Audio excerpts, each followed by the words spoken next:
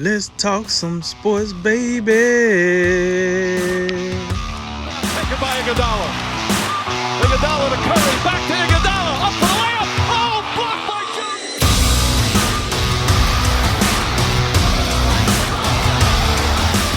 And remember, make tomorrow better than today, and make today better than yesterday. And you know what we gonna do. We gonna holler at you until next time, baby. All right, guys, let's wrap up tonight in the NFL. ESPN recently broke down every starting NFL quarterback's contract and ranked them based on their team's commitment to them. All contract aspects like length, guarantees, dead money, and more were factored in. Jared Goff leads the list with a 4-year, $134 million extension signed last year, tying him to the team for years to come. Tannehill, Cousins, Wentz, and Burrow round out the top 5. And on the other end, Drew Lock, Jared Stidham, and Gardner Minshew round out the easiest guys to move on from by their respective teams. So, Drake, which players stood out the most to you on this list?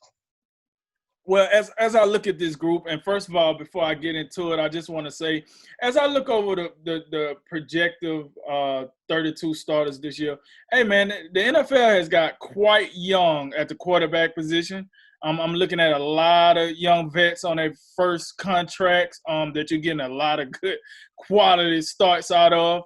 And then when you look, just like we talked about earlier, you take the likes of Tom Brady, Drew Brees, and Phillip Rivers out of here, the medium age isn't that high. So I thought that was quite interesting. But here's the deal. When I look at the tiers, the tier that pops out to me the most is old tier 7. Prove it time. And look, this is why. Look at the names they slapped on there. Phillip Rivers. Well, first of all, he on a 1-year contract, and you know what time it is. What is he really proving? He just there, collect a little dough, and shot put the football. But I don't think he really care if his career go past this season. He ready to go and run that daycare. And then you got Jimmy Garoppolo. Jimmy Garoppolo was just in the Super Bowl. So you think to yourself, man, dude just played in the Super Bowl. He got to prove it? I guess so. So I think that's quite interesting that you got a guy that just played in the Super Bowl. They got to prove it. Matt Stafford, we just talked about him. Listen, the guy, number 1 overall pick, he hasn't had a run game. And then they go hire Bob the Builder over there, Mr. Architect himself. Instead of drafting him something that he could work with, he go get a DB. So, I mean, listen, it is what it is. He pulled out his tape measure and yeah, that's good. Like, I don't know, but sorry, Matt Stafford, time is ticking. You about to be out of here. Derek Carr, listen, Derek Carr had a string of bad luck. He started off with Jack Del Rio, and that was the best thing since sliced bread. That was a marriage made in heaven. And then all of a sudden, Jack Del Rio get fired, even though they was a pretty decent team at the time. He gets fired. They bring in John Gruden, and this dude is a dead man walking, so he's probably going to be out of there. And you know what? You knew the time was ticking when they went and got Marcus Mariota. Who the hell goes pick up Marcus Mariota? What has he proved in today's league? What has he proved? And then when they picked him up, oh, okay, no problem, Derek Carr. Your job is safe. Mitchell Trubisky, we've been on him. Listen, Chicago is still wiping the egg off their face. They traded up to get him. That 1 year in North Carolina, how did that pan out for you? And he's still out here flopping around. Oh, by the way, they went and got the best backup that money can buy with Nick Foles back there. Traded for another egg. Hey, look, hey, as long as you play him as a backup, you're fine. But when he becomes a starter, hey, somebody get his man some help. He needs some milk. So that's very interesting. So, listen, I look at this 7 group. To me, this is the group that sticks out. And then if I had to come in with the smooth second, I kind of like – I'm looking at the 3 group, the likes of Aaron Rodgers, the likes of Teddy Bridgewater and Ben – and Teddy Bridgewater, he just signed his – golly. Look, these ESPN people are brutal. Like, he just signed his contract. He already on the clock. God, man. But I do agree with Aaron Rodgers and Big Ben. I do think if they don't win, this possibly the last time we can see them start for their respective teams after this year. So, I mean, I don't know. That group is very, very interesting. I think Teddy Bridgewater is a little of a reach. I mean, let the guy play first before we go ahead and count him out, but maybe they know something I don't. So to answer your question, man, I'm going with that group 7, those quarterbacks that I gave a shout-out to. Yeah, I just want to look at those sevens real quick as well because some of the points you made were very interesting. I don't even know why Philip Rivers is a seven. There should be an extra tier just for Philip Rivers, which A is one and done. yeah, one and done. I was thinking the last chapter because I don't know. I mean, prove it or not, the guy's done. He's already got a job to coach at a high school in Alabama. Yep. So prove it kind of seems a little weird. But Garoppolo and Stafford, it seems to be a little bit unfair to put them in this category. Like you said, Garoppolo was just in the Super Bowl, so I guess the standard for him is unless you win the Super Bowl, you're on the hot seat. So you might want to come with it this year, you underachiever. And then of course you know about Matthew Stafford.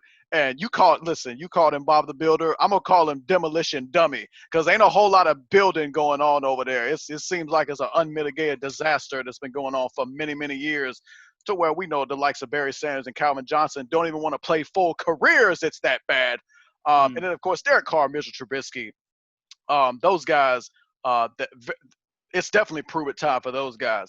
We know there's been rumors circulating about Derek Carr's future ever since John Gruden stepped foot back in Oakland and now in Las Vegas. We still don't know what they're doing out there, but at some point you got to believe they're going to move on from him. And then, yeah, we know what it is for Mitchell Trubisky. You can go ahead and pack your bags at some point.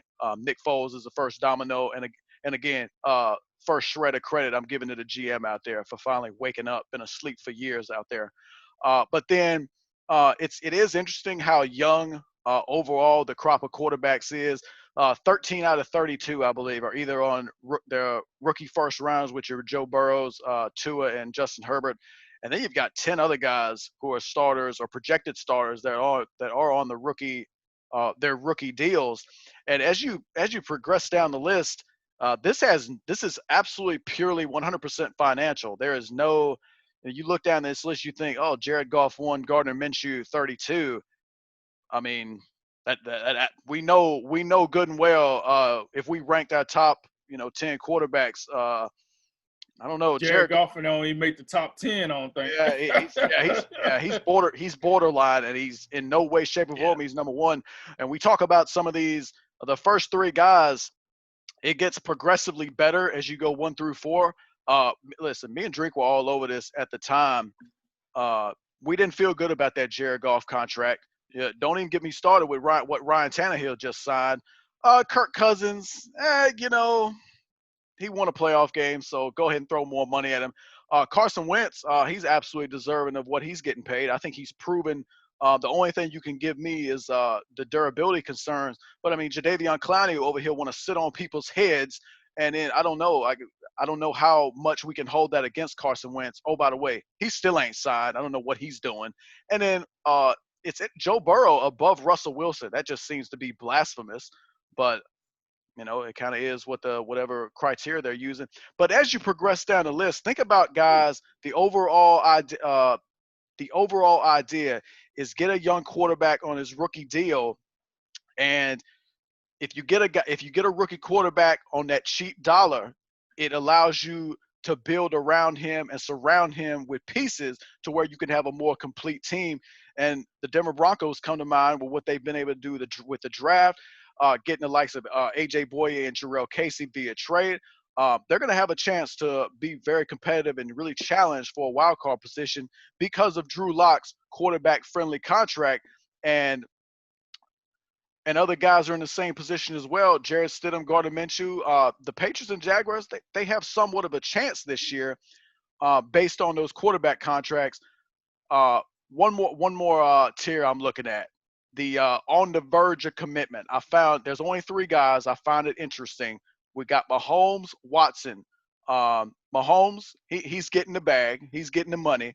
Deshaun Watson, he's getting the money. I'm not sure he wants to take it from Houston because of what they got going on with the coach GM stuff. And then Dak Prescott, are they really – can I get a report right now on what they're doing down there? Are they really on the verge of commitment? They've been on the verge of commitment for going on 8 or 9 months now.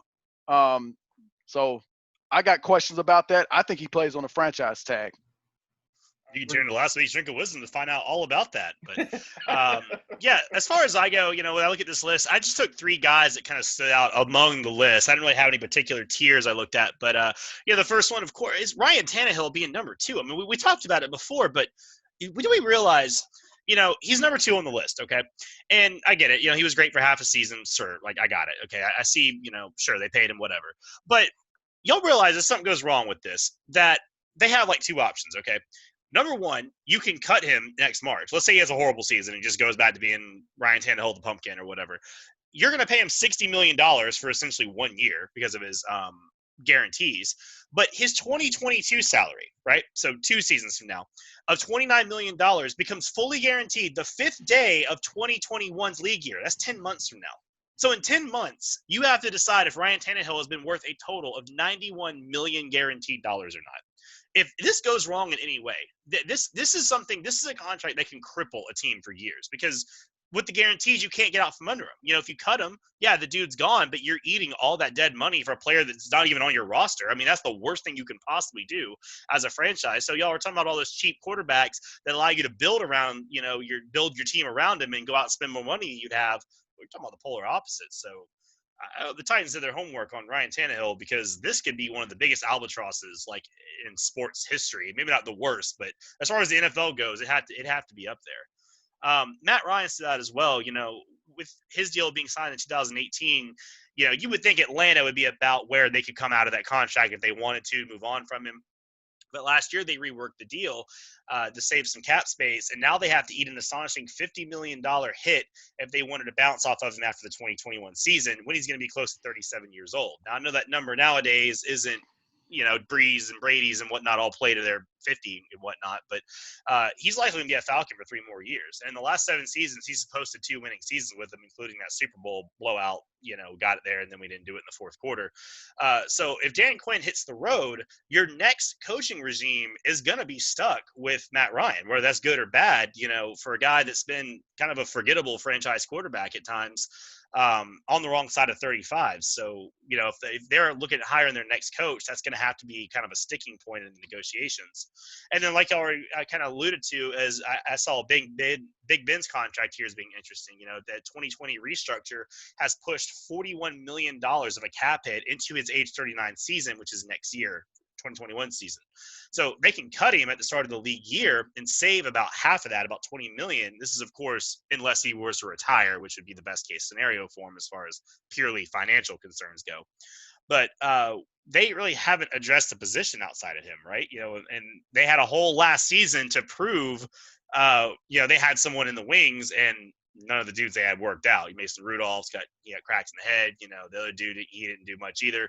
So the Steelers are coming up on a pretty big decision. And then let's say Big Ben has a pretty good year. Let's say he comes back and he's playing like he's been.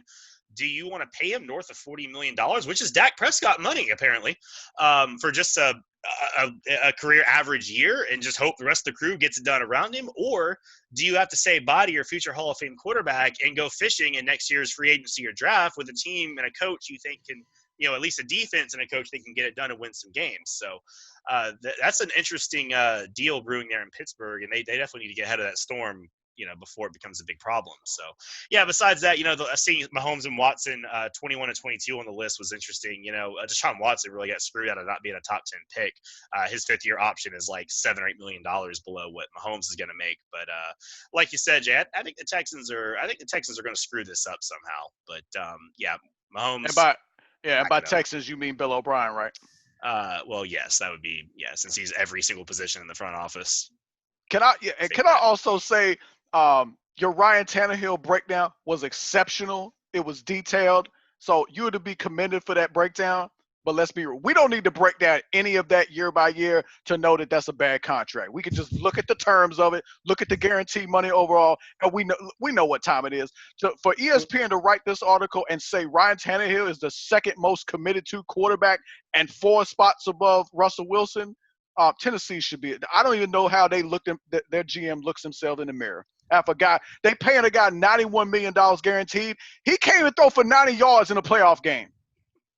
Hey, to be honest with you, Cody almost sound like a Tennessee fan. That ain't none of my business.